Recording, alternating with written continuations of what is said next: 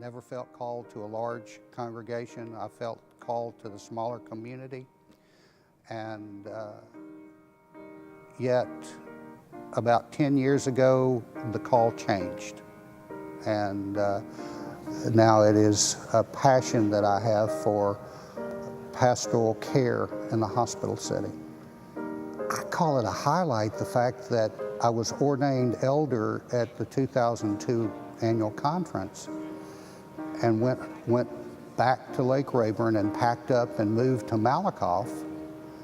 And after 16 years, I'm retiring from that particular church. I have never served as an elder in any other church but Malakoff.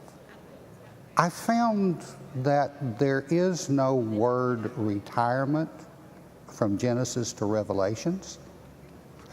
I am transitioning at this point from the pulpit to a full-time chaplaincy at Trinity Mother Frances Hospital in Tyler to complete my CPE training and certification.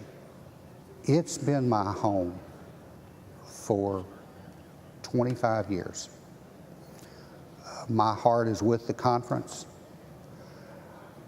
Unlike many, I've always wanted to be appointed in the Northern Kingdom. I've always enjoyed the rural churches, the local church, the smaller churches, because of the care that they felt. Don't forget them. Don't ever forget the ministries that can open up there. That my departing words would be the departing words that a lady from Karnak told me when I was my last day there. She was a member of the Church of Christ in that town. She said, "You will not be remembered as the pastor of the Methodist Church here." She said, "You will be remembered as the pastor of this community."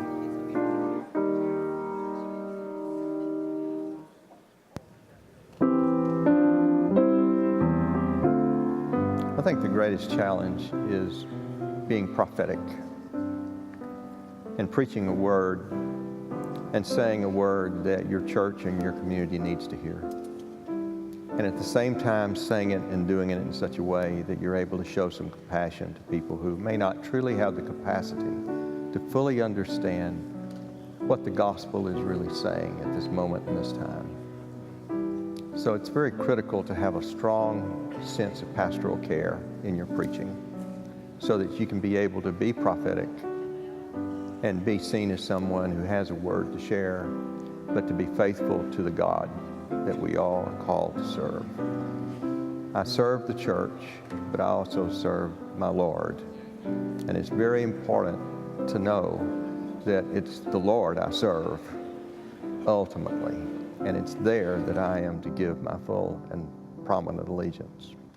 To love all God's children gives us an open door to do so many wonderful things. I know at Methodist Hospital, we're already trying to find new ways to express this through our hospital, through our nurses and our doctors, talking about how we can embrace everyone. I strongly believe in diversity, strongly believe in inclusion, strongly believe that every person is a person of sacred worth, and that all of God's children include not only those that are children, who are children, but children who are adults, who also have a child inside them that need to be fed and nurtured and helped. To the annual conference, thank you, thank you, thank you. I not only have a personal family, but I have a conference family. And I've always looked to coming to annual conference every year from the time I was 5 years of age with my mother and daddy to my own ordination to even this day as being a family reunion. It's always been an opportunity to come back and see people I've not seen in a year's length of time who've been very, very special. Plus, the other thing that's special about this conference are the memories of all those persons I've known throughout my life and my ministry who have shaped me, who are no longer here with us on earth, but are in that cloud of witnesses. There's not a time when I come to annual conference I'm not looking for people I can no longer see. And it's quite exciting to be able to come and hear the music, hear great sermons and preaching, to see the pageantry of great worship, and to see the work of the church moving forward. It's a great, great way to spend your time and to be a part of a church family. Unparalleled.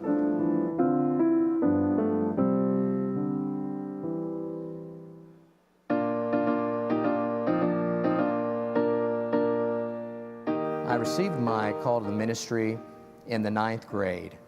I was at St. Luke's United Methodist Church in Corpus Christi, and I originally thought my call to the ministry was going to be in missions overseas. And I had my idea of how that was going to work, but God laughs at our plans and changed them. My thought was I'd get a business degree, I would work in the business world for a number of years, retire, go overseas and not be dependent upon financial support, but would be able to provide that financial support. But the Lord kept tugging on my heart, and finally I was working for Exxon Company USA at the time, and finally I gave in. One of the key elements of the Methodist Church that made me want to be a United Methodist is reflected in that acceptance and love for all persons, particularly reflected in our sacraments.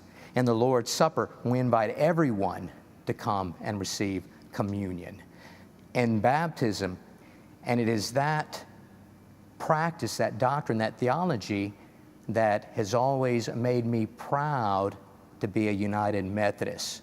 We celebrate what Jesus one time said, "Come unto me all who labor and are heavy laden." And the United Methodist Church has always offered it to all persons. Well, there was a email that went around back in 1999, and it was entitled The Dash. And in the email, the dash, it was a poem, represented the time between a person's birth and that time that person entered into life immortal. And there was this wonderful verse that went like this: "For that dash represents the time you spent alive on earth, and only those who love you know what that little line is worth. For it matters not how much we own, the cars, the house, the cash. What matters is how we live and love and how we spend our dash." Well, I'm thankful that the United Methodist Church allowed me to answer my call to the ministry by spending 36 plus years as a pastor. But my ministry isn't over. I will find more new ways, opportunities. The Lord will open doors to do ministry while enjoying time with my wife and my 6 grandchildren and accomplishing a lot of other projects that are already lined up to begin to do once I retire.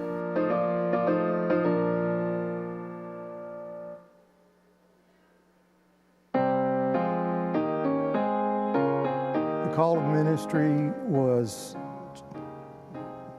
in high school, probably at an awakening at Lakeview, and I saw the church at a different level and was introduced to Dietrich Bonhoeffer and Malcolm Boyd. I think the biggest gift I offered the church was when I was the chair of group health benefits. And the year we went from an $8.5 million budget, and in one year got a $1.5 million raise from the annual conference. And I could see healthcare skyrocketing, and I could see the day not too far when the whole cost of just the insurance would exceed the total budget of the annual conference. And we began to work on that. And I watched the masterful work of Ted Carlson as we negotiated that contract with Methodist Hospital that became a win-win, both for Methodist Hospital and for the clergy and the families of this conference. I didn't know I would be one of the greatest recipients myself when we did that. Today, I think if we had to pay it all, it would be between $28, $29 million, the annual cost of the group health benefits, which still far exceeds the budget of our annual conference. So healthcare would have bankrupted us if we hadn't found some way to make it work. We have a place in Livingston with lots of poison ivy and vines and a creek. I have a 51 Chevy pickup that's about to rust if I don't get work on it and fix it back up. We've got some traveling to do. Kids are in Austin, so we'll be there some. Everyone says there's a split coming in the church. I cannot fathom that we cannot love each other, find space for each other, bless the work of each other enough to know that it is in our diversity that it is our unity. And it is in our diversity that is our strength. And that there should be room for everyone that wants to be a Methodist under the tent. I think that's what God wants us to do. And if I could do anything, I would say, let's don't split the church. It's better to just live separately for a while than to cause a divorce that won't do any good and alienate a lot of people in the pews for no good reason. We are the Church of Jesus Christ. We're supposed to be.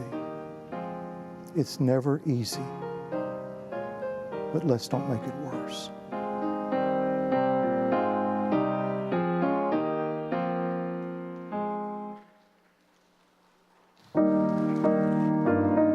I was a school teacher right out of college, and I taught art and coached tennis for 7 years. And during those years, I kept sensing a call. And whenever I sensed that, after being with a group of Christians or being in church, I sensed very strongly this call from God to be a pastor. And I would pray about it. And then for 7 years, I continued to teach, but I kept praying about it. And then on that 7th year of teaching, I was in my conference period, and I was having a quiet time and praying and reading the scripture, and I really sensed that I didn't hear any voice, but I sensed in my heart, now's the time. So I shared that with my pastor at the time, who was Terry Takel at Aldersgate United Methodist. And Terry said, well, why don't you just come on staff with us and really get your feet wet, and we'll begin this process. And so that's how I answered the call. There's a lot of joy, thankfulness, gratitude over just being part of the church and knowing people that have influenced my life and helped me grow in my faith, as well as God using me to help them grow in their faith. Being with people in their high points and their low points. Looking back over the ministry, I'm just so grateful for being part of that adventure of serving God and being part of the United Methodist Church. I appreciate our connection, our fellowship. It strengthens me, helps me. I'm thankful for that. We looked at homes about a year ago, knowing that this day would come. And when we looked at those homes, I was happy with all 3 of them. But when we got to the 3rd one, knowing that it was a block and a half away from 3 of our grandkids, my wife looks at me and she says, it's a no-brainer. And I agree. So we bought that home, and we're looking forward to being together with family and being in the same city with our sons. That'd be our first time for that to happen.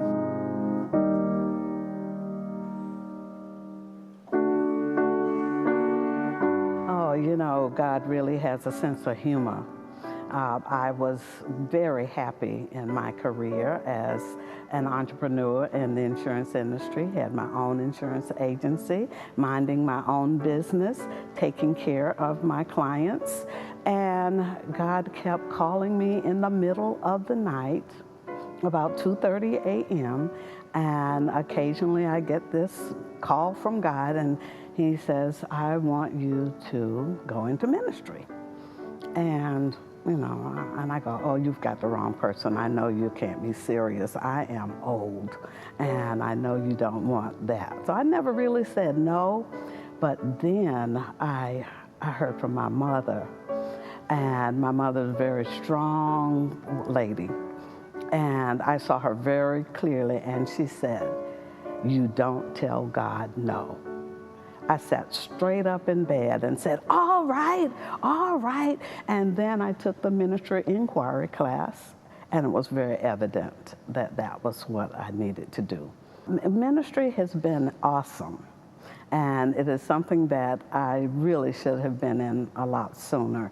But I did ministry at my insurance agency as well. I did a lot of life coaching there. One of the things, I like the sacraments so much, and being able to baptize those little babies and adults, and even being able to do immersions. And I did one in Panama in a river that was clear as glass, and it was just so awesome. But the sacraments are just very special to me. Some of the highlights of ministry, well, the people joining church and coming in and having a congregation that has 19 nationalities. That is just so awesome, and the different cultures. And when we would have the Sunday around the world, where we would have everyone wear their attire from their country, I would like to tell the annual conference, thank you. This has been one of the most enjoyable journeys of my life. And being a part of a conference that is this motivated and loved and caring and trying to keep us on task and moving and having so many opportunities for us to stay renewed and refreshed. I really want to say thank you.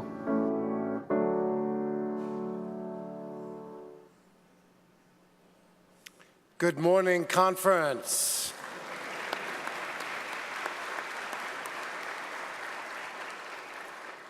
I want to invite Monroe Walker to open our morning session with a prayer.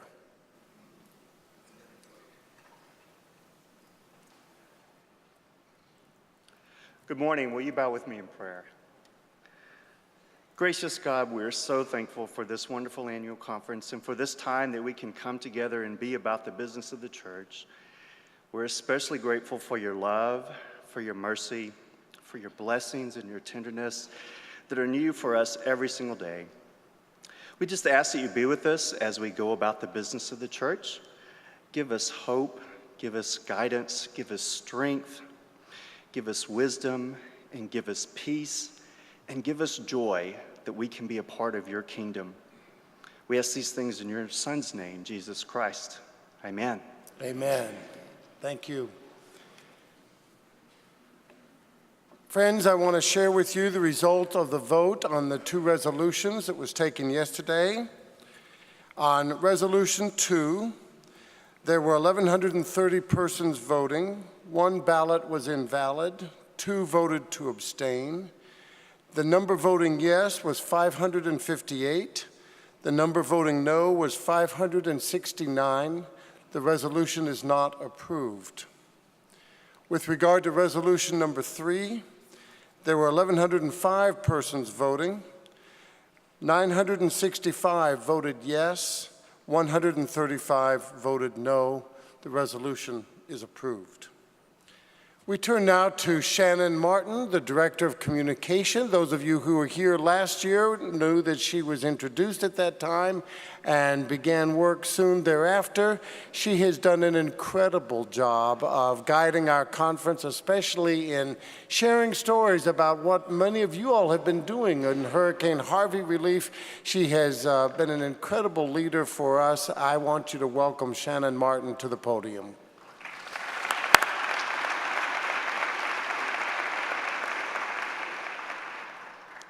Good morning, Bishop. Good morning, Assistant Bishop.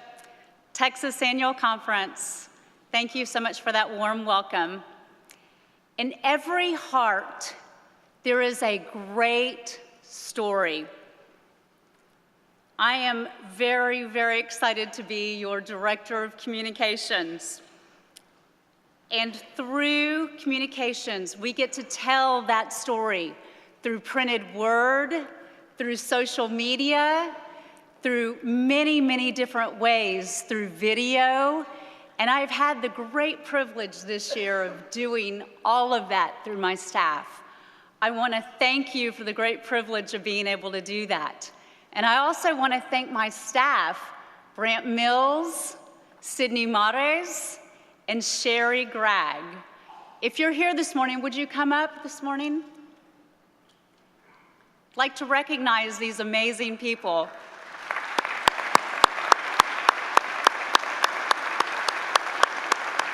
Some of them may be out working this morning. Without these amazing folks, everything you have seen this annual conference would not be up on the screens. The videos, the PowerPoints, everything in the hallways, the guidebooks. So thank you again for the great privilege of being able to do this job. I love what I do, love my staff, and appreciate so much being able to be your Director of Communications. Thank you.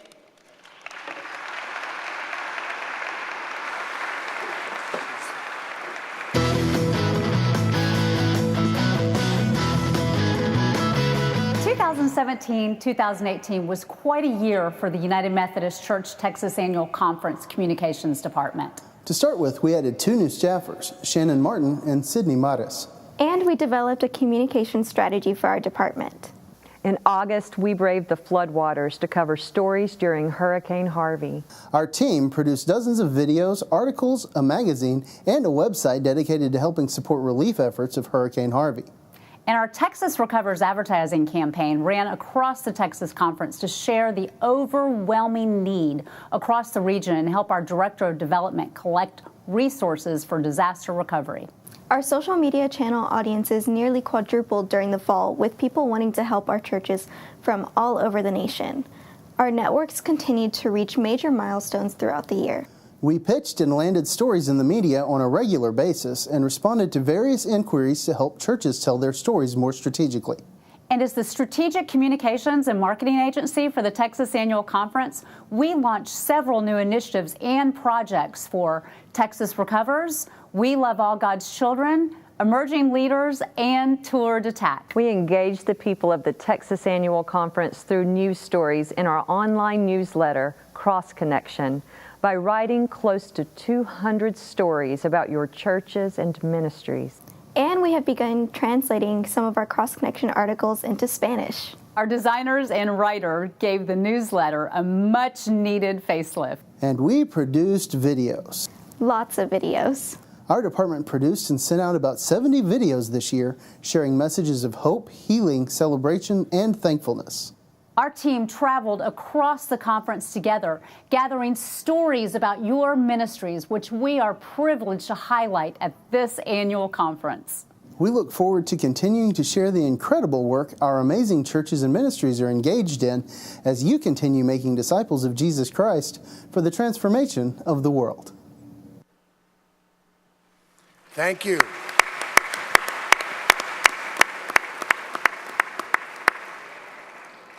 Reverend Mike Tyson is on the staff of the Center for Congregational Excellence and is the point person for our Vital Church initiative. Mike, come share with us. Good morning, Bishop. Good morning, sisters and brothers of the Texas Annual Conference. Yes, my name is Mike Tyson. Come on. I am not related to the fighter. We're not even cousins, nor am I related to the chicken folks. But I am the director of the Vibrant Church Initiative. And VCI has been a part of our annual conference since the fall of 2013. In 2015, we took a really hard look at what was working and what was not, and we made some significant changes to key aspects of our process. We now have a team of over 30 people that are made up of laity, active clergy, and retired clergy that are a part of our VCI team that work with the churches that choose to be a part of the Vibrant Church Initiative. I'd like to show you a video, some of the work of our great communications department. VCI is a process that will help your church to discover and then become the unique church that God is calling it to be. VCI is a different kind of process than we in the Texas Annual Conference have ever done before, because every church that chooses to go through the Vibrant Church Initiative has long-term support.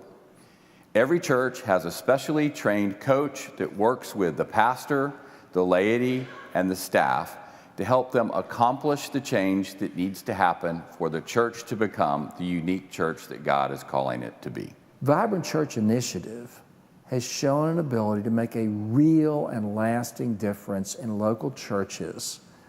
Without promising a quick fix, it actually does transformation in a beautiful and powerful way. By the time the VCI diagnostic team has finished, they have interviewed a wide cross-section of the congregation, and they can, with great integrity, say, folks, this is what your people are saying you want to do. What I find that's special about the Vibrant Church Initiative is that it doesn't try to fix a church. It simply tries to help a church do what it's been trying to do all along. And the way we do that is bring in some coaches like myself and some expertise, different workshop leaders and others who help them address their needs in their particular way. VCI has been an amazing part of the transformation of our church. Our church has seen so much positive change. Our church is one that is leading in our community. And our church, because of VCI, is reaching out to people who are unchurched and not just reaching out to the people that have left the church. So the congregation was met with, and they were interviewed, and they were surveyed, and they came up with 5 areas that we needed to work on. Of those 5 areas, one of them was our discipleship pathway. Now, I'm not going to tell you it was easy. I remember standing in the room for the very first time, and as we were beginning our discipleship pathway, they all looked at me, and they said, all right, Jason, what are we going to do? And I looked at them, and I said, no, what are you going to do? Because I have no idea. And we created a discipleship pathway together. We sat and we read and we worked through what others had done, and we created our very own discipleship pathway that is ours, that is unique to our congregation, and that works for our congregation. We were healthy, but we really wanted to be the absolute best we could be. I encourage churches, if they have not done it, to consider doing that, because it has helped us, narrow our focus. And when you're focusing on a few things, you can do them much better. I actually think it's the best use of my apportionment dollars ever because it's life-changing and church-changing and kingdom-building. For more information, visit the Texas Annual Conference website at txcumc.org. So the question is this effective? And the answer is yes. It has proven to be effective in church after church after church. But I have to be honest and tell you that there are varying degrees of effectiveness. And a lot of that is based on some parameters that are around the church. It's about the involvement and the buy-in of the pastor and the laity. And the more bought in and sold out folks are to the process, the more effective we are. I'd like to share with you one of our churches that has had some really great results, share with you some of what the numbers say. So can we pull up those slides, please? So we see that Athens First has recently finished all of their prescriptions. And this is what some of the leaders said about their VCI experience. They shared that it unified the church. It helped them to move forward in a new direction because prior to VCI, they were sort of just what I call doing church. They said that it energized them. It put things in focus and brought them together. And it helped them to look outward into their community and how they can reach out rather than just looking inward at themselves. We asked them what was difficult about the VCI process. And they reported that some in the church felt excluded. That some of the changes happened so fast, some people felt like they really didn't know what was going on. Some groups that used to be a main focus of the ministries of the church were no longer that. May or may not be a bad thing.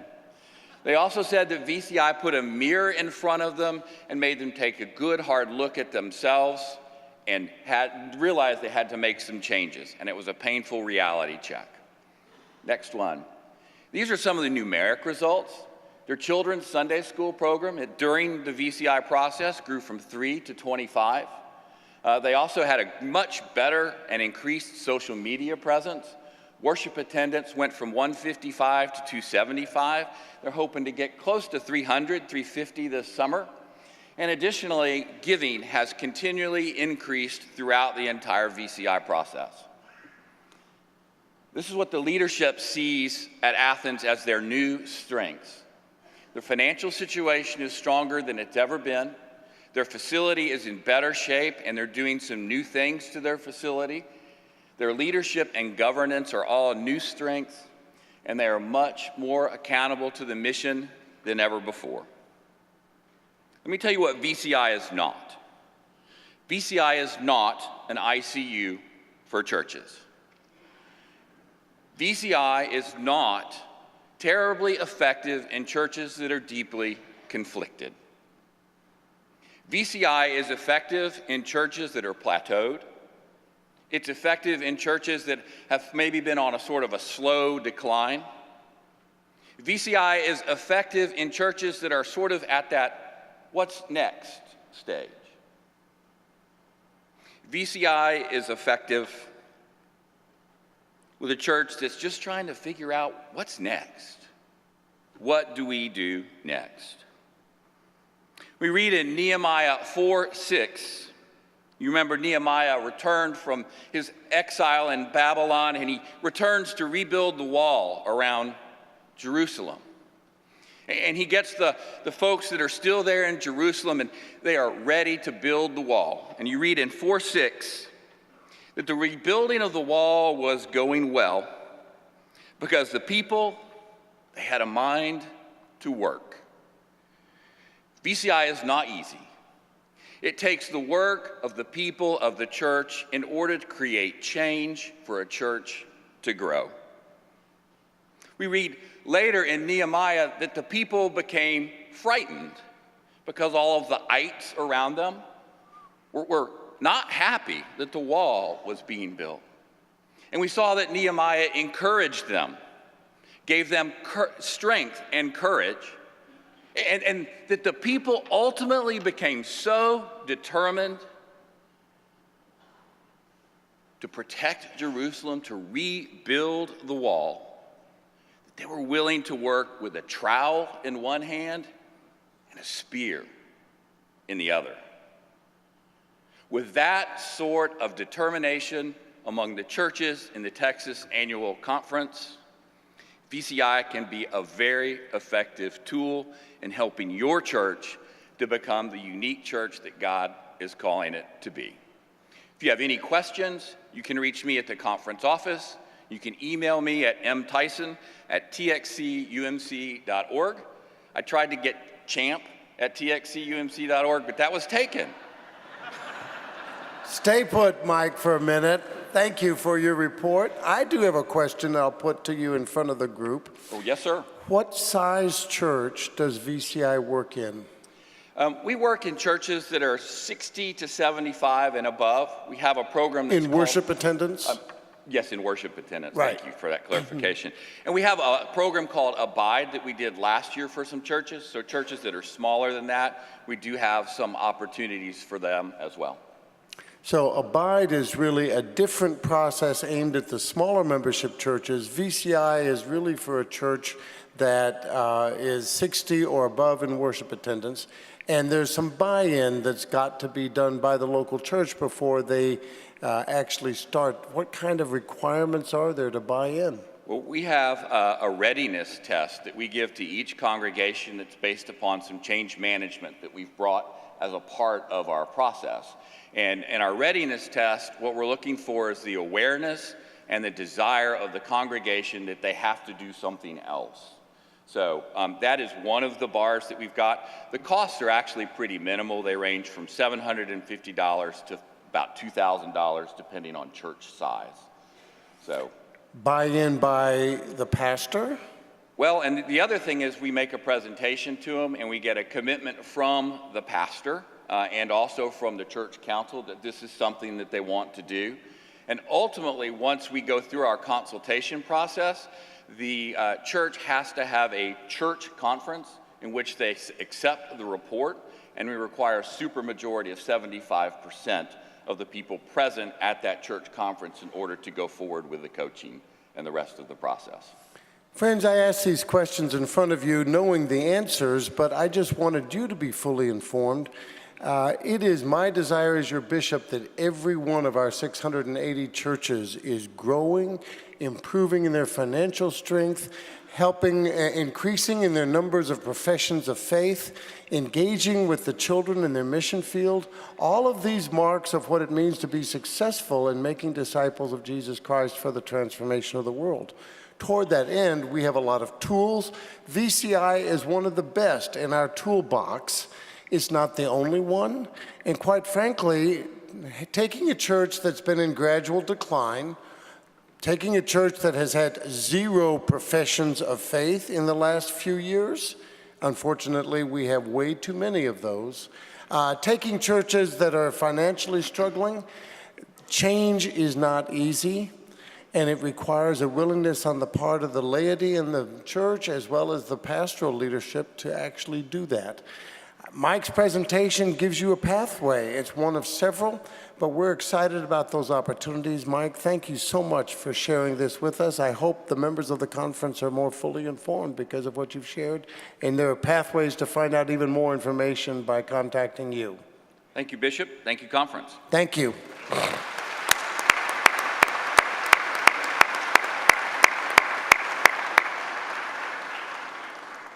Morris Mathis and Artie Kadar lead our Center for New Faith Communities.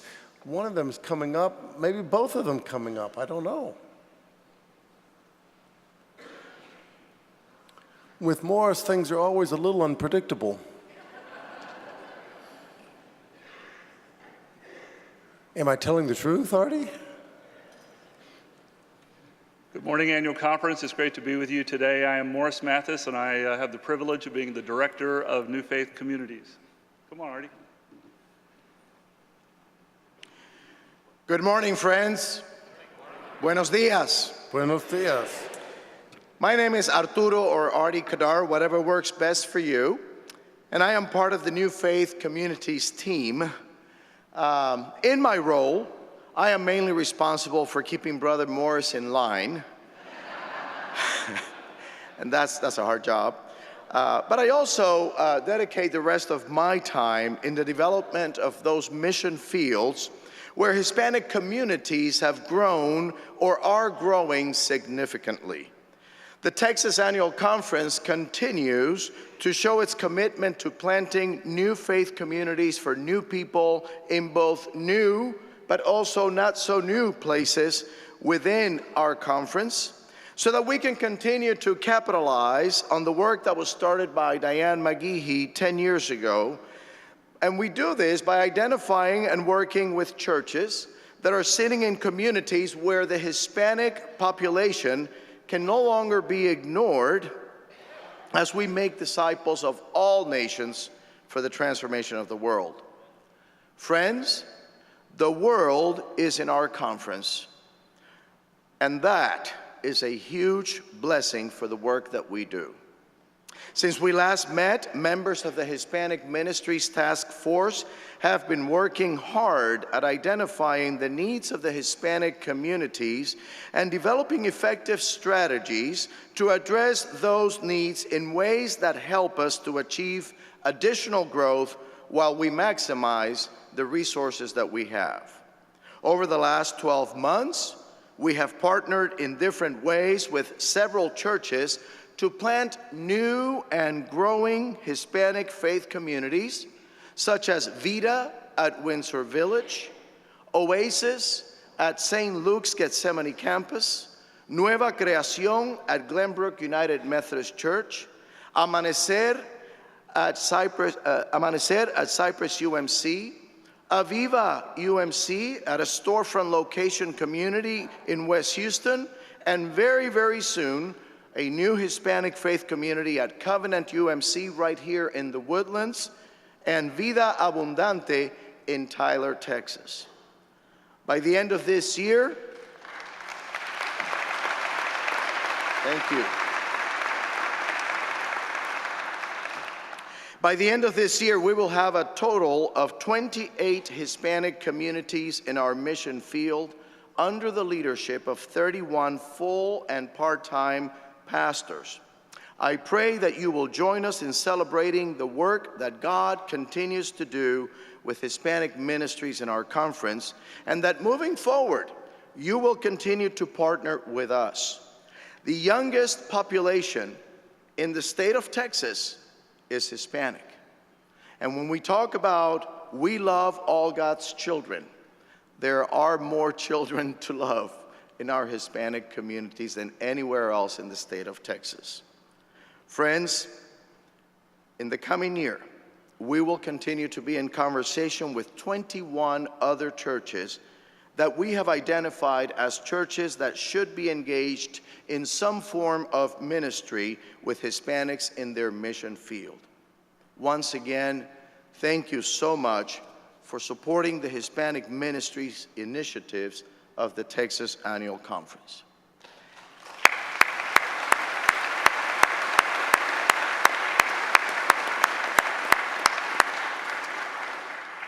And now we're going to watch a New Faith Communities video. I urge you, as you watch this video, please stay clear of the aisles for your own safety.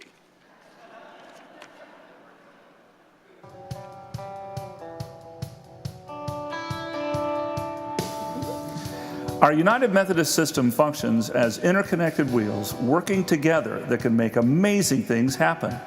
Local churches work together through our districts, and our districts work together through the conference. The Texas Annual Conference has a remarkable history of the wheels within wheels of our conference, working together to start or plant incredible new churches that have had a significant impact on our conference and for the kingdom. But what does the future hold for church planting in the Texas Annual Conference? This fall, the Office of New Faith Communities is sponsoring Tour d'Attack, a bike tour through each of the 9 districts of the Texas Annual Conference. We hope to have conversations with fellow United Methodists about the impact of church planting on our conference, our strategy for planting, how churches and individuals can support planting, and the creation of new faith communities. We hope to see you along the way as we bike the Tour d'Attack. To join the conversation or even bike along with us, visit txcumc.org/Tour d'Attack. Now sing with me.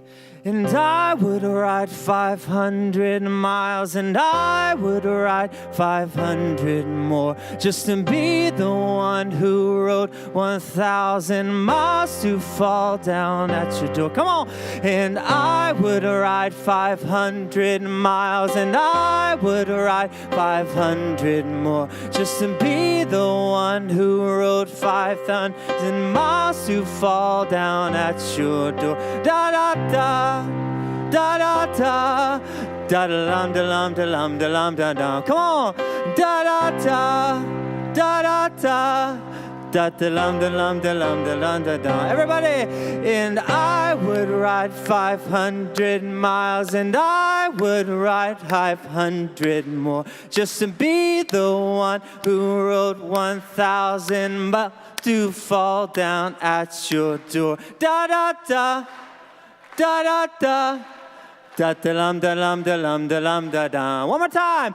Da da da, da da da, da da lam da lam da lam da lam da da. Hey!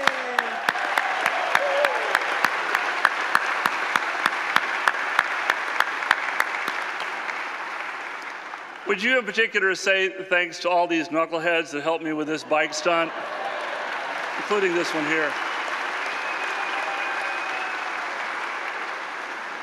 Morris, why do the DSs have tricycles? Because we don't trust them on 2 wheels. We don't trust them. So I'm pretty sure I have the best job in the world, in part because I get to work with folks like Artie and Anna and so many other amazing people. But part of what makes it such a great job is the conversations and the work that I get to do with pastors and leaders who dare to dream courageous dreams for the cause of the kingdom. But this job that's already great is about to get even better, because I get to spend this fall being a part of what we're calling the Tour de TAC, the Tour de TAC. And what it is a series of 31 meetings that's going to take place all across this annual conference. And the purpose of these meetings is to talk together about the future of planting in our conference, but also to talk about how our office wants to be supportive of you as you perhaps seek to reach folks that you're not reaching now for the cause of the kingdom. So it's these 31 meetings, but also it's a bike ride. We have 9 bike ride coordinators, 1 for each district. Some of these folks are your bike coordinators, and some of these folks are just folks that like to ride and said, yeah, I'll be a part of something ridiculous. And, but we're gonna have bike rides. And I just wanna be clear, to come to a meeting, you don't have to be in a bike ride. And to be in the bike ride, you don't have to come to a meeting. But what I hope is that a lot of you will do at least one, and I hope a lot of you will do both. And so we're going to have these bike rides, and the bike rides are just about having fun and sharing fellowship and good health. But you may get a chance to ride with your bishop, and who I call him Old Iron Legs, is what I call him. And I've seen him ride. He's a great rider. You may get to ride with Mary Lou. He may even learn how to change a tire, and you may get to witness that, and that'll be exciting for you. So, so you may get to ride with the bishop. If you're in a part of the wellness program, if you're in one of the bike rides, you get 500 points for the walking for the wellness program. So also, if you ride, as long as supplies last, you'll get for free one of these cool Tour de TAC t-shirts. Okay, everybody, turn and show it to them. Show it to them. Yeah. So, and thank you, Methodist Hospital, and thank you, Charles Milliken. So, so anyway, that's what we're doing this fall. It starts in September, it ends in November.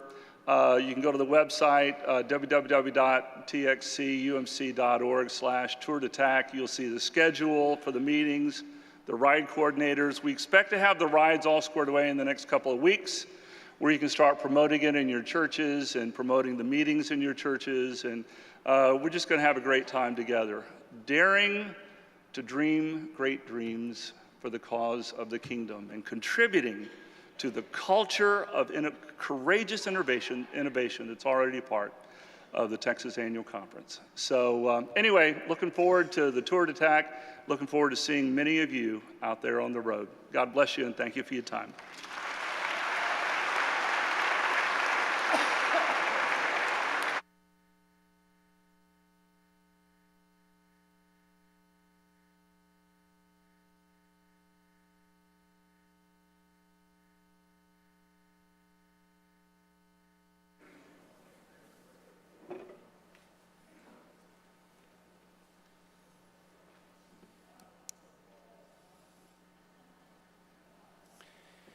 I don't know why he called me Old Iron Legs. We went bicycling up near Lakeview, and he nearly killed me. He's stronger, faster, and I was breathing hard by the end of the ride. So in any case, it is a fun thing to do to draw attention to an important effort. We do need to start new faith communities all over our annual conference. That's part of what United Methodism has done in its best days, is to look for where people need the Lord and then deploy leaders to help gather them together into worshiping communities. So I'm truly excited about what's being done here and looking forward to being a part of as many of these rides as possible. You know, the schedule I keep, I can't commit to all of them, but I'm going to do as many as I possibly can and be supportive of what this whole effort is trying to do. Doug Wintermoot, let's talk about camping.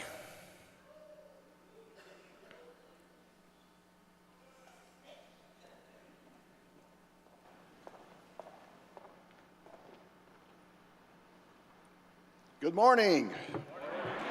conference camping report can be found on page 104 of your pre-conference journal.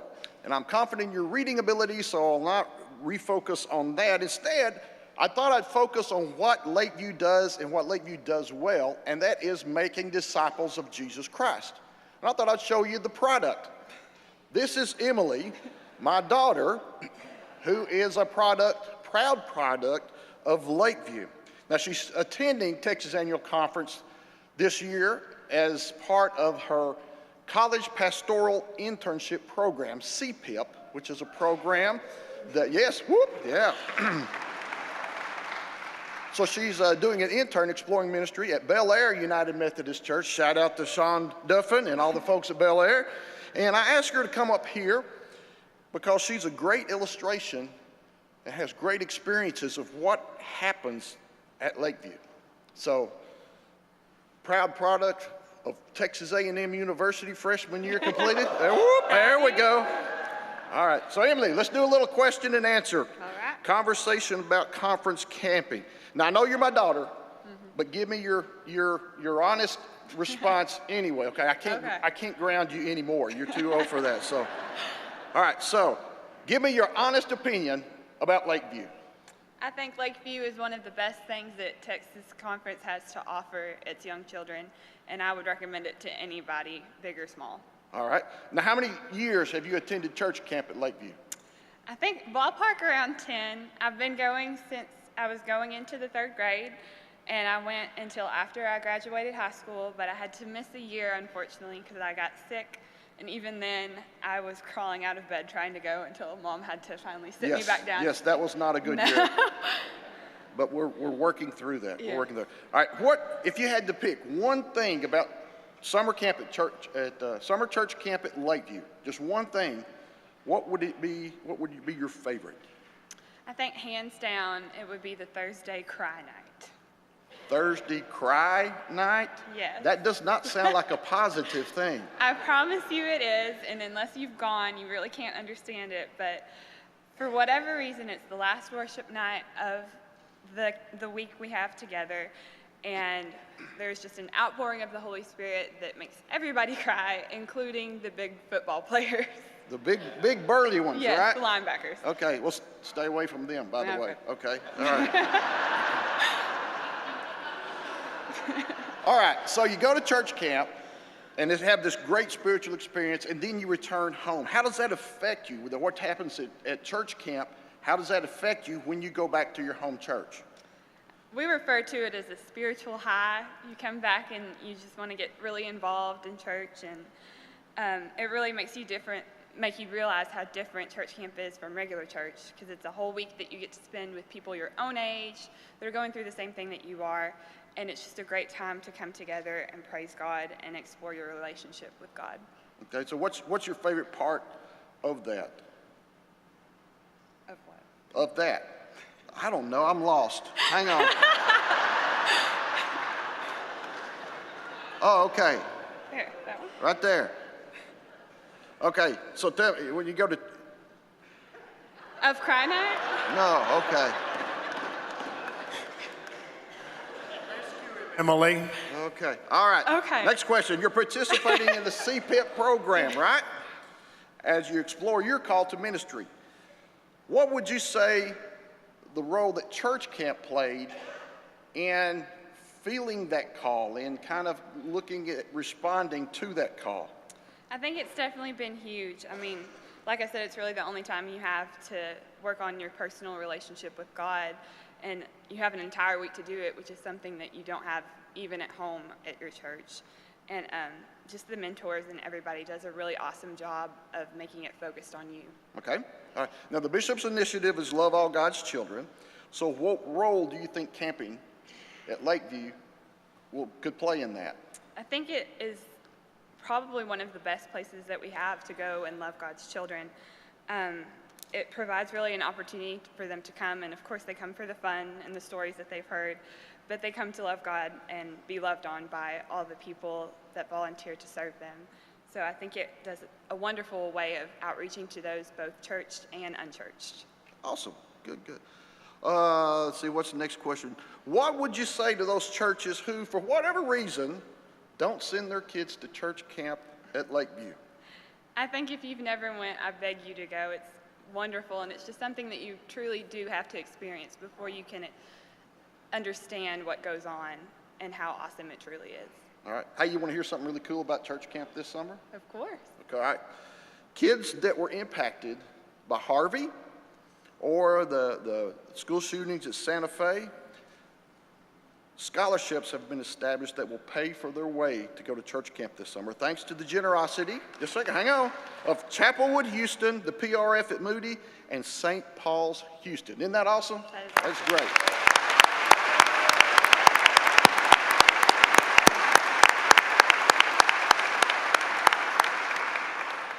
And not only that, there's still scholarships available for kids to go to church camp this summer, even though they weren't affected by any of those. So now one more question, perhaps the most important question. What is that blue drink that everybody's so crazy about at Lakeview? Well, its proper name is called Iceberry Blue, and everybody is absolutely crazy about it. It's basically pure sugar, but it's wonderful. Campers have been known to bring large jugs and fill them up and take them on the way home, which the youth pastors don't particularly like on the way back, but we love it. Iceberry Blue, huh? Yep. Iceberry Blue and Jesus. I mean, you can't get much better than that. Hope to see y'all at camp.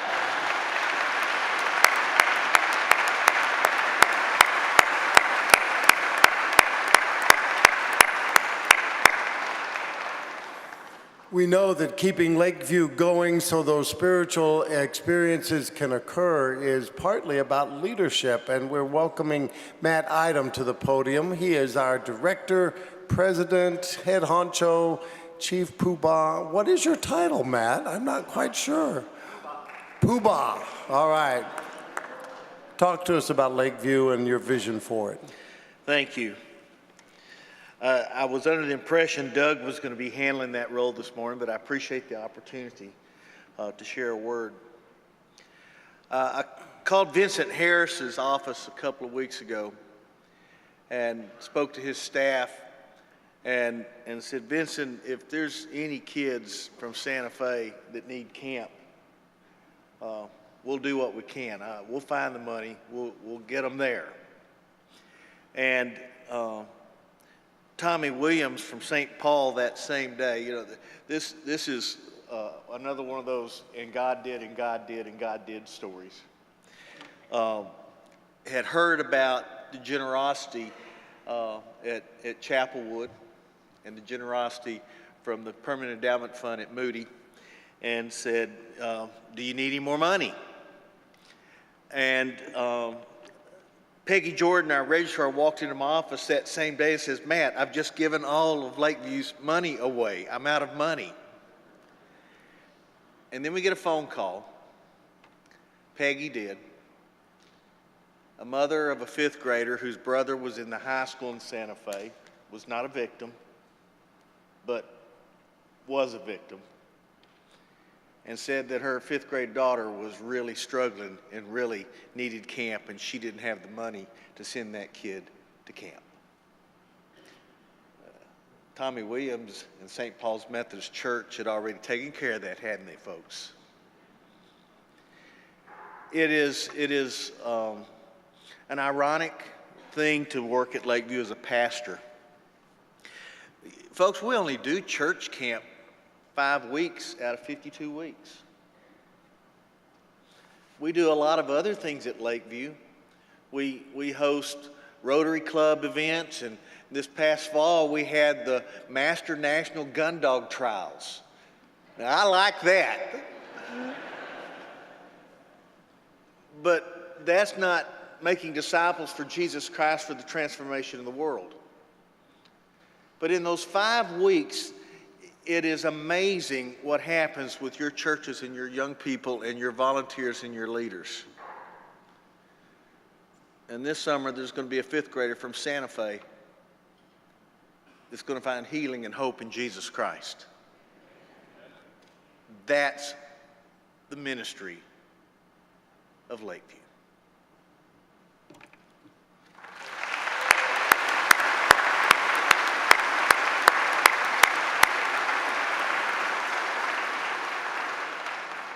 So some of our churches will say, but our church doesn't have any children. My suggestion to you all is look around your community, and if there are children who could benefit from camp, you could scholarship one of those kids from your town by doing it at your church. And that would be an outreach that you would be loving all God's children. Uh-oh, Matt, what did I say wrong?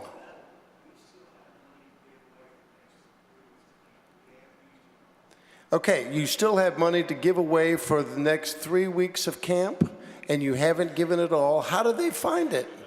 How do they get that money? They call the camp office? Okay, call the Lakeview registrar.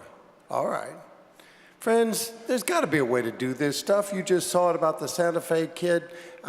Camp changes lives. We are blessed to have Lakeview as a facility. I love the time that I get to spend there. It does do a lot for lots of different groups, from clergy retreats to other events that are held there. Thank you, Matt, and to all of your team for what you do on our behalf to keep Lakeview alive and financially sound. We're grateful for that ministry. Thank you.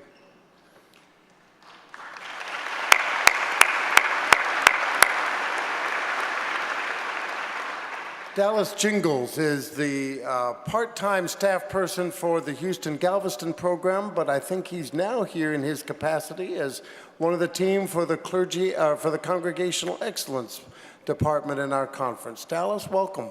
Thank you. Thanks, Bishop. Friends, old and new, it's good to be with you. I do work part-time for the Houston Galveston Extension Program for Perkins School of Theology, and I work in the Center for Congregational Excellence. And one of the main things that I do in the center is look at the existing and possible programming that we offer that helps both with vocational discernment and theological education, especially for young people, so say 7th grade on to college. I arrived early August last year, and 3 weeks later, Harvey hit. I suggest that if you do run an extension program for a university, you work out your severe weather policy ahead of time. Makes it very difficult when you're working through 50, email chains that are 50 long to try and figure out when to host classes and when not to. But the students in this conference were resilient, to use Dr. Milliken's term from the other day, and they pursued their education. We had professors who were projecting their lectures from one computer screen and lecturing to students who could not be in class through Skype on another screen. And these are the people who are in this conference who are being raised up as ministers in the church. The church is a theological category. I think that we lose sight of this. We think of the church as a conglomeration of people who, gather around certain things about God or Jesus or whatever the case is, but the church is actually God's idea. It comes from God. And that is what we want students in this conference to grasp, to get a hold of. That if God is raising them up or calling them into the ministry, that they're being drawn into something that is God's idea, that God has control of and is in charge of. We have a number of programs that relate to this. And when I first came on board, along with trying to figure out our inclement weather policy at SMU, I went around the conference trying to meet with Wesley directors and to see what it was that if we could imagine a pathway to say, if we have a student that is this age and we want them to matriculate into a college, join a Wesley, maybe experience a call to ministry and go on to seminary, what is it that we could offer them? And so the question that I asked the people around the conference was, I don't really know how to put this, but everybody's concerned about the state of the church and, all this sort of stuff and discipleship, but is there just one theological deficiency that you can say that your students come to you with? When they come to college, they've been students, they've gone to high school, they've been to youth group, but is there just one sort of common thing that you would like to see if we could address so that your students, 4 years from now, if we could have a whole high school time, that they would come to you and we could have addressed this one theological deficiency? And to a person, they said, just basic theological or biblical literacy. That's it. Students are matriculating to college and they don't really have any basic literacy when it comes to theology or the Bible. We do actually have programming that is dedicated to this. We have programming that is meant to help students pursue, to learn their way into the church, to see themselves as objects of God's affection, and to give them the opportunity to experience maybe a call to ministry or to see their vocation in a different light. I want to suggest 2 concrete steps that you might be able to take in your own parishes that could further this work. One is to actually nominate a student to TYA. Go to your church, look around, talk to youth directors, parents, etc., and ask students if they're interested, and then actually nominate them and send them to TYA. This is a really top-notch program that would be a gold star, sort of gold standard program across the country, where we offer 2 weeks of theological intensive education. And if a student came in and took advantage of all of the programming that the conference offers that is set up to help your students in your churches, they could go through a number of programs and they would matriculate into a Wesley program, into college in a Wesley program, not only with basic theological literacy, but actually with the equivalent of something like a semester's worth of college in theology. And if they were in fact discerning a call to ministry and matriculated to seminary, they would come in with, well, almost a year's worth of college. They would have a leg up on all of their peers. They would actually know what they're getting into before they get into it. This is really top-notch programming. So the first thing that I would suggest is nominate someone. Send your students to TYA. Get them involved in the other programs. We just heard about Lakeview, we heard about CPIP. We have all these sorts of programs that are dedicated to giving students the opportunity to do vocational discernment and theological education. Not only is the church a theological category, but it is also God who keeps it going. It wasn't just God's idea, God keeps it going. By one count, we have over 200 people from 7th grade to freshmen in college who have experienced some form of a call to ministry. That's just one Excel spreadsheet that I have. Over 200 of them. Those people are in your churches. Ask them. Help them learn to ask good theological questions so that when you do nominate them to go to TYA, they come in with good questions that will stump the professors that they get to spend 2 weeks with. Teach them to ask questions about their vocational discernment, not just to lead them down a path to ordination, although that should be important, but to think about what it is to be a disciple of Christ in the world in which they find themselves, no matter what their vocational path is going to be. What would it be to be a United Methodist lawyer? Or if you wanted to be, if you wanted to run the municipalities or something, you wanted to be a water worker, whatever it is, what would it be, what would it look like for you to have this sort of theological background to give to the world to pursue the common good? Help them to ask good theological questions, and one way to do that is to actually teach classes for, say, high schoolers. If you, as a senior pastor, for instance, offered a Sunday morning Sunday school class to high schoolers and just taught them to read the Bible, to ask good theological questions, to locate their own story in the life of the church and in salvation history, that would be a huge gift.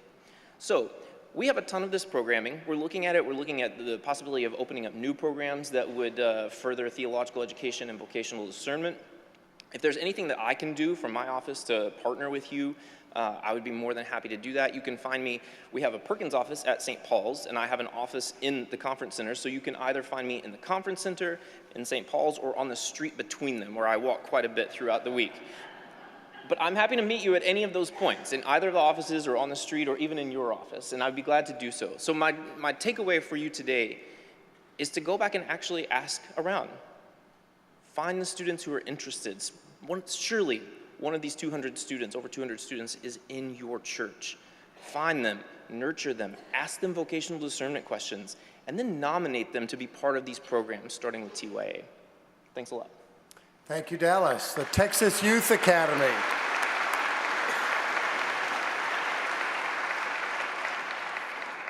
For one more month, Jesse Brannon is Director of Congregational Excellence. He's coming in that mode to make a presentation at this time. Jesse? Good morning. We've been talking a great deal about our initiative, We Love All God's Children. There have been many questions about where we're going and what we're doing. I can tell you honestly, we're not sure. We're not sure because we're still putting the flesh on the bones. We have this idea, this understanding that as Methodists, as Christians, that we should be loving all of God's children. We are bringing on a new staff person, Jill Daniels, who will be overseeing this.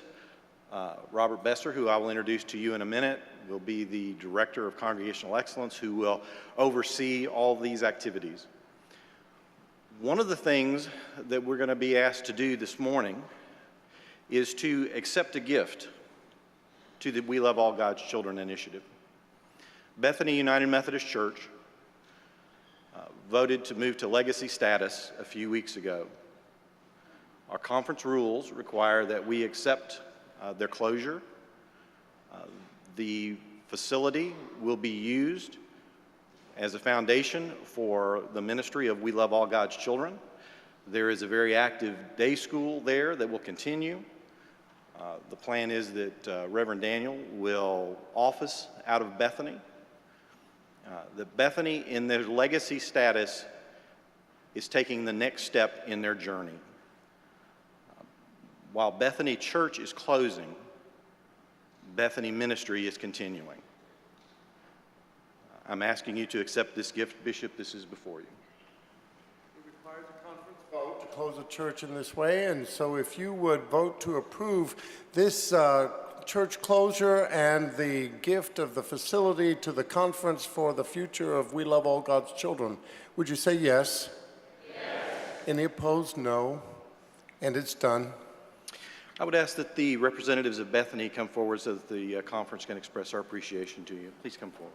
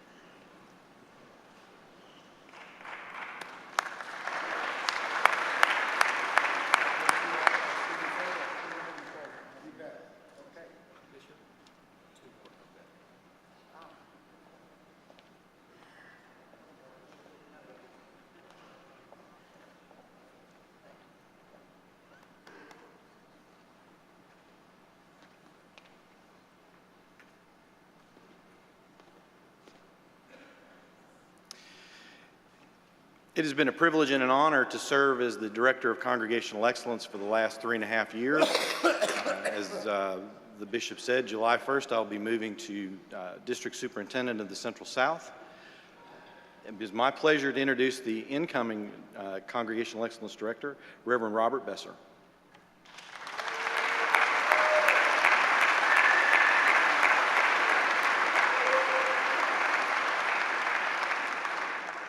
I give thanks, Bishop and Assistant to the Bishop. Good morning to the conference, and I give thanks to Jesse, Dr. Brannon, for his years of service and for the transition into this new appointment in this new ministry.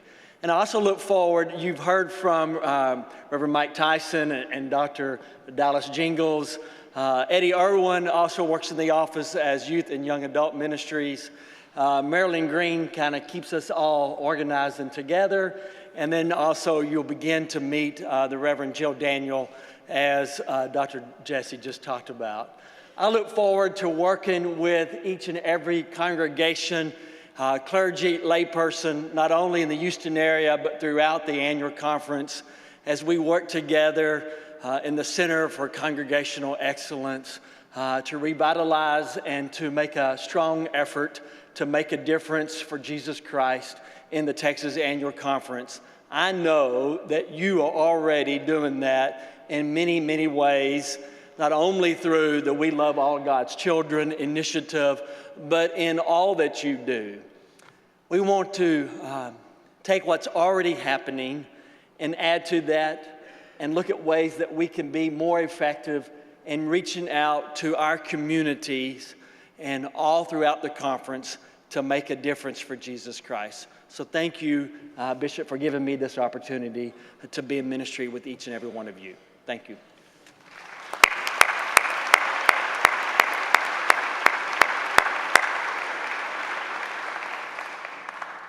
Yes, at the microphone. Mike? All righty. Hi, my name is Mary Lou Reese, and this is my last opportunity to talk to you today. But thank you all so much for your hospitality during this. I wanted to talk a little bit, I'm so gentle again. I'm going to be so gentle. I wanted to talk a little bit about your bishop's recreational life. Now, you saw a bit of that. I talked about the bike ride and the tires yesterday, and you saw that this morning. But he also does love to scuba dive. So there he is. He's making friends with the fish, which is actually, he loves the smallest of things on the floor of the ocean, but he also likes the fish. So there he is fishing, loving the fish, communing with the fish. And the first time, I have a little scuba diving story to tell you. The first time we went scuba diving with our children, when they'd gotten their open water thing, there were just 5 of us and the instructor. And all of a sudden, the instructor took off. And our 2 sons took off after him. And our daughter, unwillingly, but took off after them. And me, I thought there was a shark behind us. So I was ready to take off after them. Now, our sons knew that this instructor had seen something really cool, and they were going after it with him. And our daughter thought, oh, the instructor's seen something cool. I'm not sure I want to go, but I guess I will, because I don't want to get left behind. And I am thinking there's a shark behind us. And Scott is searching the floor of the ocean for the tiniest thing and has no idea everybody's left him. So, except me, who is worried about that shark. And so I'm down there going, come on. You know, you can't talk underwater. So I was doing other things to get his attention. And finally, we all went off, but Scott and I missed the eagle ray that the instructor was after that day. But then we also love to water ski. And here is a little video of your bishop and it's a nice video. On my 60th birthday in October, almost Nebraska, on a mud lake. Do y'all have it? There he is in the sunset. We like to water ski. Yeah. I have better videos of my kids, but it's not quite as much fun to take a video of the old man. But we also like to snow ski. And Scott, as a matter of fact, went to high school in Denver. And so he learned to snow ski many, many years ago. You can just leave this picture up for a while, because I got a little story here. And many years ago, and we then, when we were young, took youth groups to Colorado on ski trips, which was great fun. And I'll never forget the night we were talking to the youth group, and one of the kids said, well, how long have you been skiing? And Scott said, oh, about 17 years. And that kid looked at him and said, oh my gosh, before I was born.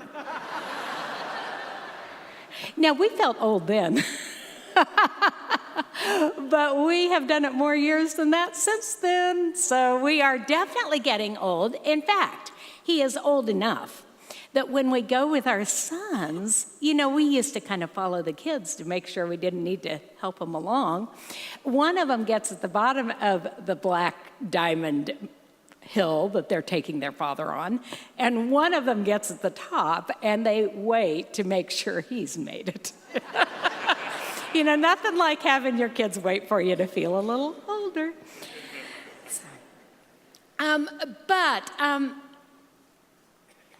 We also have, if you have asked Scott this week, he's told you a few times from the pulpit, and if you've asked him individually, how are you, Scott? How are you? Joyful. Joyful. Oh, you know, I got my stories mixed up because I think the next picture, okay, give me the next, oh, nope. Where did you get that one? Okay, so the last picture, I'm sorry, I did get my stories mixed up. So, you know, I'm old. The last picture I was going to stop with, you can go with that next picture. I was going to stop with, so did he look a little lost in the woods? And I have to tell you, sometimes he is, or sometimes he falls down while he's bowling. Or, you know, they didn't quite get all of that because he really did kind of go clear down there. Okay. And then sometimes he is climbing up treacherous paths in inappropriate clothing. Or sometimes he is, I think there's another one, yes? Yes, flying alone. And if you have noticed in all of this kerfluffle in the Methodist Church, you know, Scott's been out there sometimes alone. But there have been, I think the next picture is, you know, he's also been taking shots from unexpected sources. Isn't she cute? Gee whiz, he's kind of cute too. And then, but I will say that he has been joyful through all of this.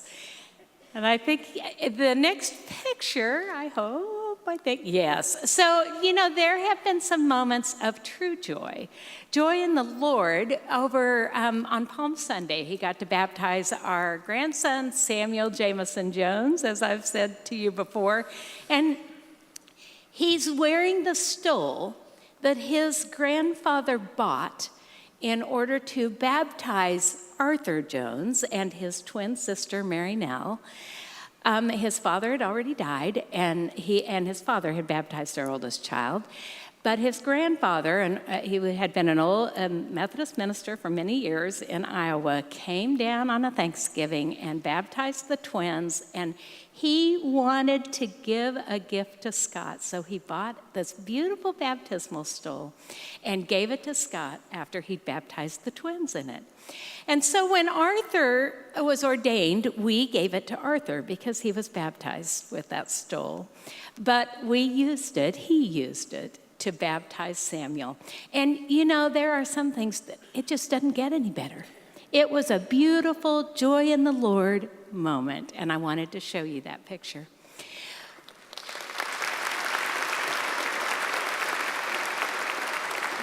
But last year, Scott, I forgot to ask you this question. And how long have we been married? Not long enough. I am such a fortunate person that every time someone asks him that question, his answer is the same, not long enough. And it will be 39 years in August. And Scott, I just want to tell you that I would go and have gone to the end of the world with you.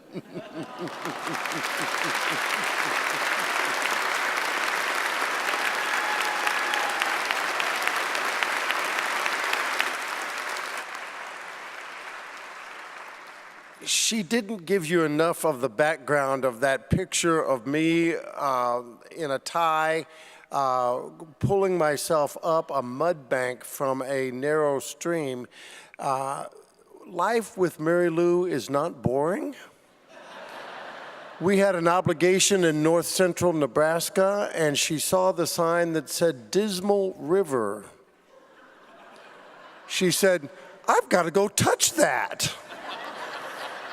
And so we found the path from the highway down to actually touch the Dismal River, and that's why I was in a formal outfit making a mess of myself. Man, he just turned that right around and blamed that on me. But you know, I will say, who can resist touching the Dismal River? I mean, there is just something quite poetic about it. I could have.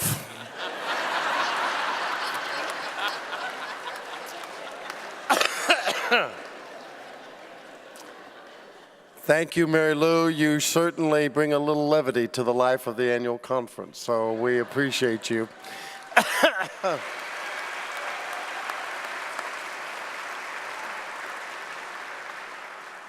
Friends, we have been working hard as an annual conference now for 12, 15 years, something like that, with a real strong emphasis on raising up younger leaders, more diverse leaders.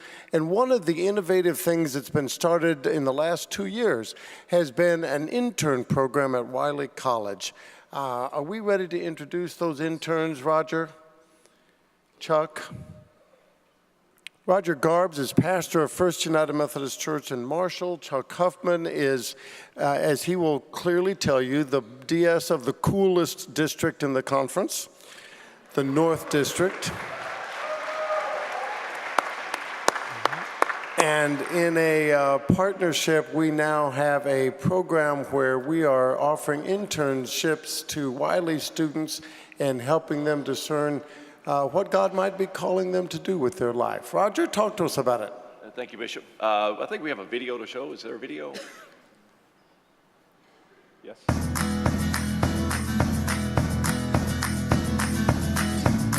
Hello, my name is Amber Jones. My name is Johnny Jamarcus Holmes. My name is Holly Weeks. My name is Gabriel Jones, and the Wiley Pathway internship has helped me discern my call to ministry. And this internship has taught me the true meaning of growth. Has shown me the true meaning of service. I've had the pleasure of working with a team who grew mentally, spiritually, and physically throughout the United Methodist Church. It has also allowed me to work with people that I wouldn't normally work with on a day-to-day basis. I've been able to broaden my spectrum of the church, especially the United Methodist Church, which is brand new to me. I'm so grateful that we had so many opportunities to serve our community through Christ and share the love of Christ on our college campus. The Wiley Pathway internship has helped mold me into the person that I am today. I've been so thankful for this time, and I've been so honored to be a part, learning about how to be a better Christian, how to show the love of Christ has been one of the biggest lessons that I have ever learned in my life during this time. The Wiley Pathway Internship Program is a program designed to connect the Texas Annual Conference to Wiley College by helping college students discern their call to ministry through preaching, studying, small groups, and leadership trainings. The Pathway hopes to train up young leaders to grow the United Methodist Church in ways we haven't yet seen. This program is in its infancy, but this year alone we have sent 3 students from Wiley College to Perkins at SMU, and we have 3 candidates for ministry in the United Methodist Church. This program is growing the church both now and for years to come.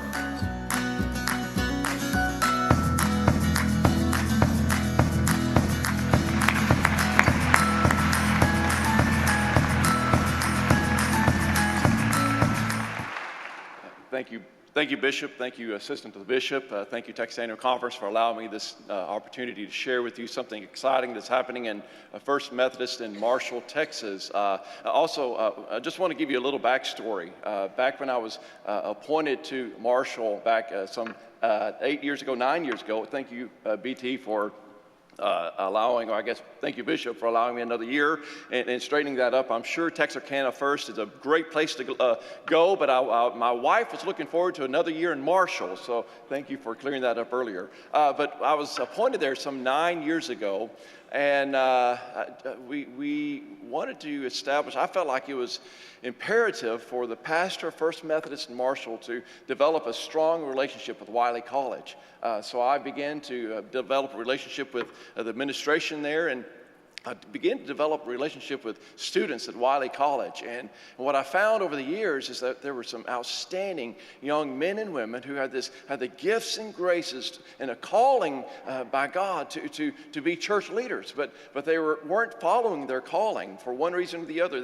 They would graduate out of Wiley, some would go to Gammon, but most of them would just go off into the secular world. And I felt that God's kingdom was being lost by these young leaders not being developed. So we received a new bishop who had a great initiative to strengthen a relationship with Wiley College. We received a new district superintendent, Chuck Huffman, who last year set an agenda to develop a stronger relationship with Wiley College, and the time had come to develop a plan. I sat around with my church staff, then my youth director, soon to be director of discipleship, then to become now will be appointed to Gladewater First Methodist.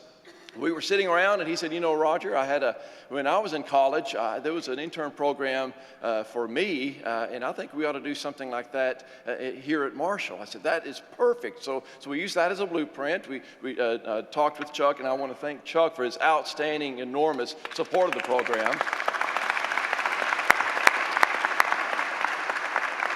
And we pitched the idea to him. We developed this program, just kind of a sketch of it. And then last year at annual conference, we met with the bishop out in his little private area and pitched the idea to him. And he was just all in with this idea. We had no real plan for this other than we need to encourage and develop emerging leaders from Wiley. Had no funding, but we wanted to offer scholarships to these young men and women. No funding, no real set plan.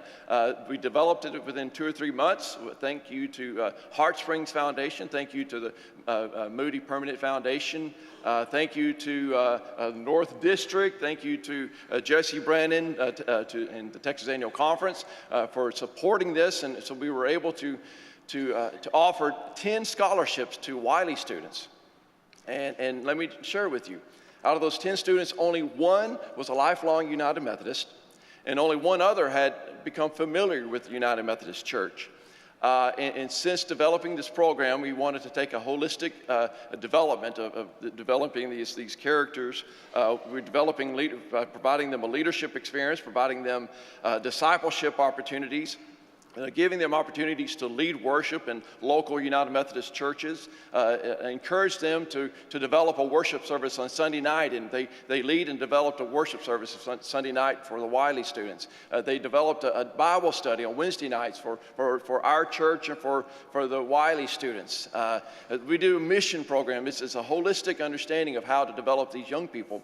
And since that program started last year, we have 2 that have already been accepted into Perkins, 1 that is we're waiting for his acceptance letter, and 3 others that as soon as they graduate from Wiley intend on going to Perkins to become part of the leadership of United Methodist Church.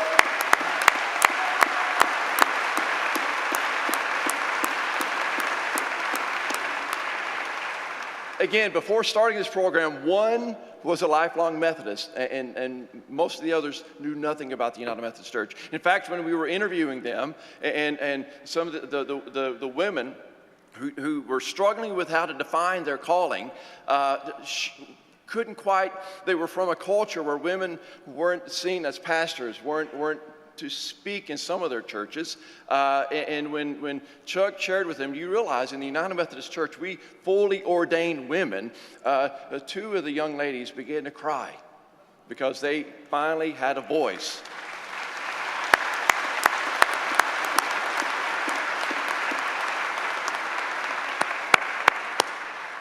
So with the enormous support of our bishop and with Chuck Huffman and from so many groups, I'd like to introduce to you 5 were able to come here today, and I want to introduce you to them. We have Amber Jones. She was part of our college pastoral internship last year, became familiar with the United Methodist Church, contacted me last summer, said, Pastor Roger, I need to become a Methodist because I've got to be a preacher now. I know what I'm supposed to be now.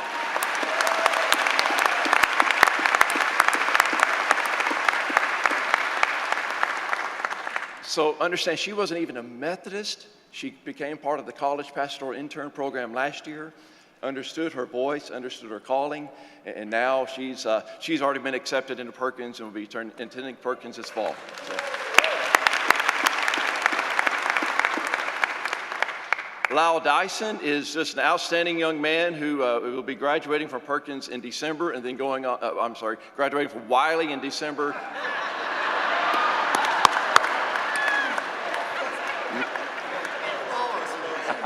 He doesn't have the authority to grant you that degree. I'm so sorry. Lyle is the type of guy, I'm not going to let him near this microphone because he will bring the gospel to you today. He is a powerful, no, back. Let me just say as well, Amber and Lyle and another young man, Emmanuel, will be interns at First Methodist in Marshall this summer. So Lyle is going to be helping out and be a part of the church. We're continue to develop him. Kayla Thomas. Kayla, she is just an outstanding young lady. She will be a senior this year at Wiley, and as soon as she graduates from Wiley, she intends on going to Perkins. She's already declared that, and she's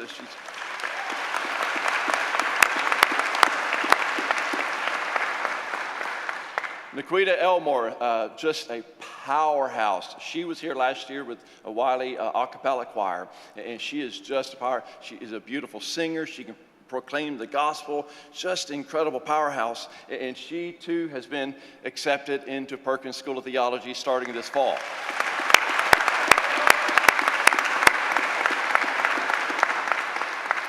Then Emmanuel Eccles is part of our college pastoral intern this summer. So thank you, Texas Annual Conference. And he will be my shadow, bless your heart, this summer. But as soon as he graduates from Wiley next spring, he intends on attending Perkins as well. So I just want to...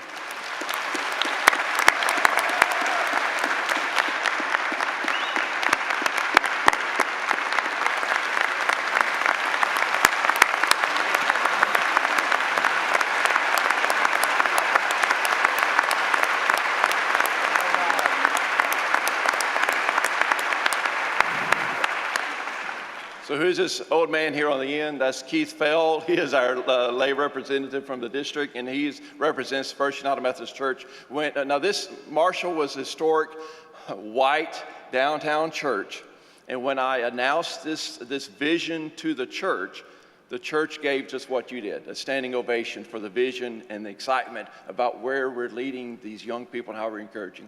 So my message to you, my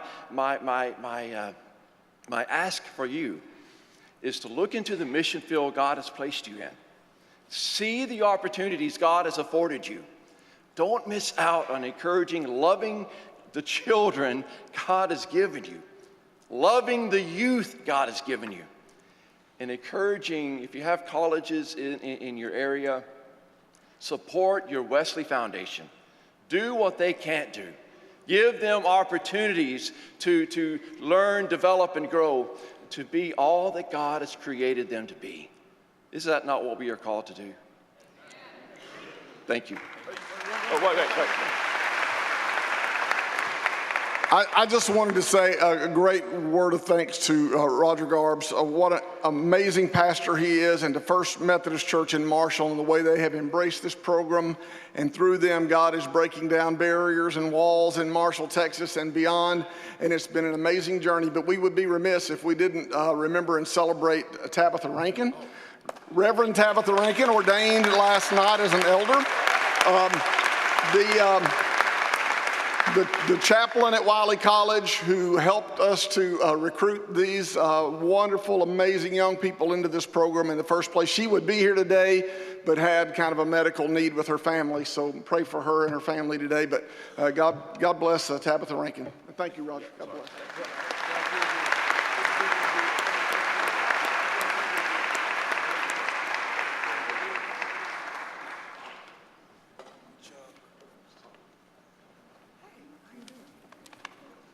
If that doesn't give you hope for the future of the United Methodist Church, I don't know what does. So thank you.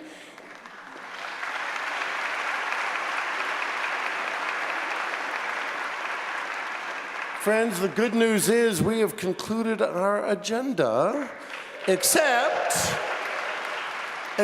we have a closing worship service that you will not want to miss. I'm going to turn to BT for some closing words, and then we'll ask Craig Gilbert to come and give us instructions about how we transition into worship. Thank you, Bishop.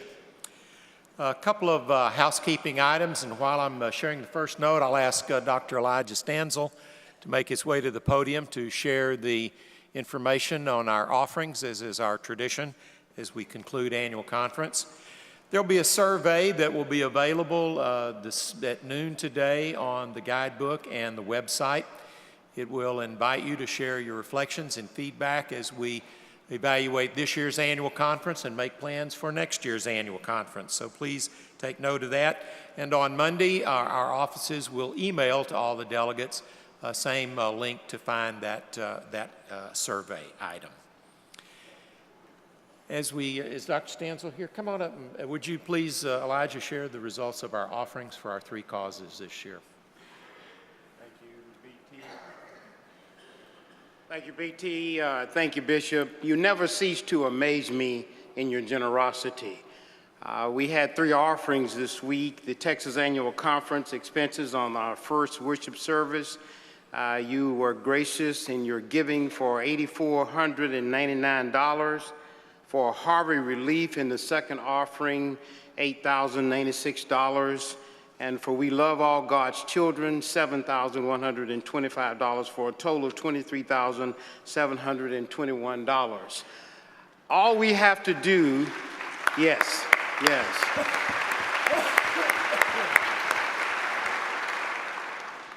Over the years, all we've had to do is to give you the reason that we change lives and meet human needs, and you have responded in a gracious way. God bless you and God keep you. Thank you, Elijah. A few words of appreciation as we prepare for worship. We want to thank the Woodlands United Methodist Church for hosting us once again, to Pastor Ed Robb, to Dana Spencer, and to all of their support staff, volunteers, those who've worked in the media, part of our worship team, those who've provided meals, those who've been a part of the custodial and support services. We could not have done annual conference without the marvelous service of the Woodlands United Methodist Church. Thank you very much.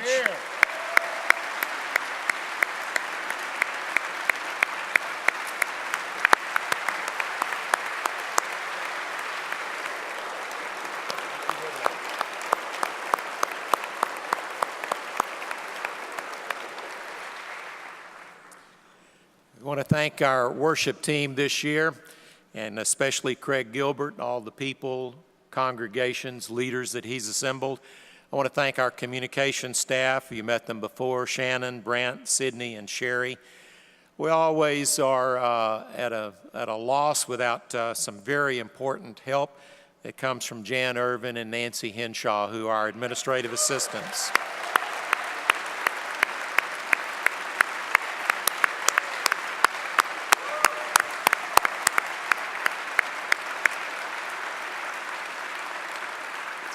Special thanks to all the Texas Annual Conference staff, our district administrative assistants. We want to thank Our Lady of Levity for bringing us the humorous relief in strategic moments of our gathering.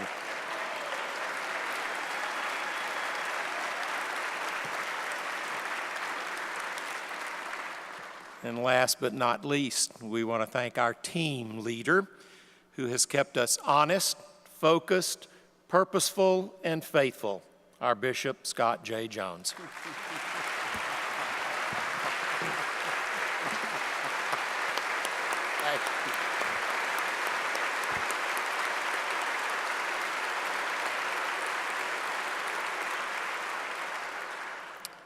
Thank you. I have said over and over again that I am blessed and privileged to serve as your bishop. You're a great conference. It's a wonderful relationship. I'm glad to be here. It has been the tradition of Methodism down through the years that the bishop reads the appointments to make sure that every pastor knows where he or she is supposed to be serving starting July 1st. We have a lot of churches, a lot of pastors. I'm not going to read those appointments, but I hereby fix them as they will be published on the conference website. For those of you who are changing places of service, God bless you as you begin. For those churches who are receiving a new pastor, we're sending you the best available pastor we could find for your church, and we look forward to the lay and clergy partnership that will be there. I am so grateful for the itinerancy system, for the willingness of women and men to go where their bishop sends them to go. We pray a lot about that as a cabinet. We try to make the best possible appointments for the missional effectiveness of all the churches in the Texas Annual Conference.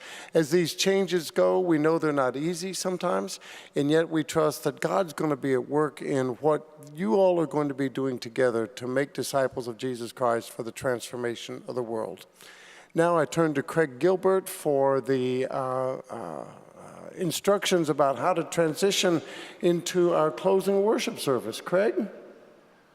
Thank you, Bishop. I am Dr. Craig Gilbert, and I want to say thank you for the continued opportunity to be the worship coordinator for the Texas Annual Conference. I had absolutely no idea I was going to be up here, nor did I know I was going to determine how we were going to transition into worship, but I am prepared to do so with no problem at all. I do want to introduce Ramonica Malone Wardley. I'd like to first of all say, yes, from Blue Ridge.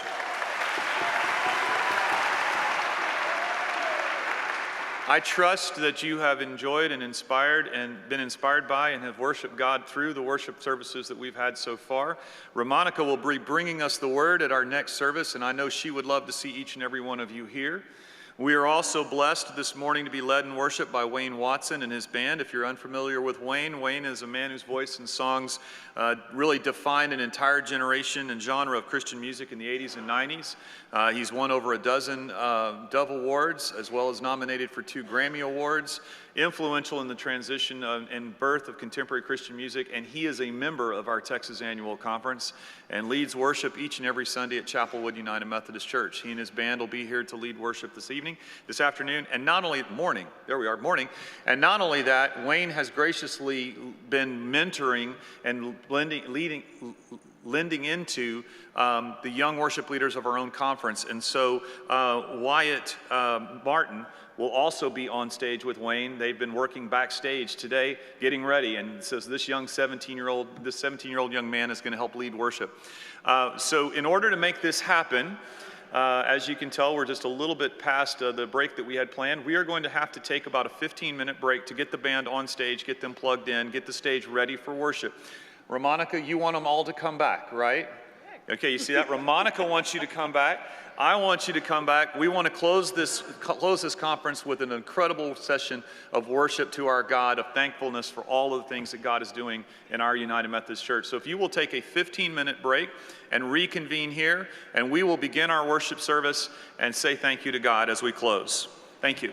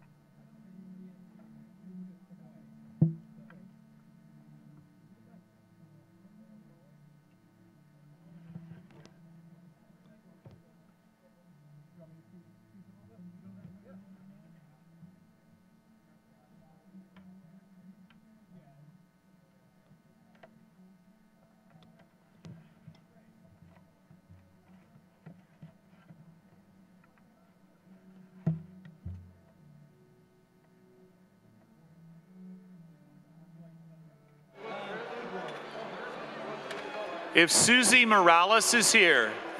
Morales is here, can you report to the front, please? Susie Morales. Thank you.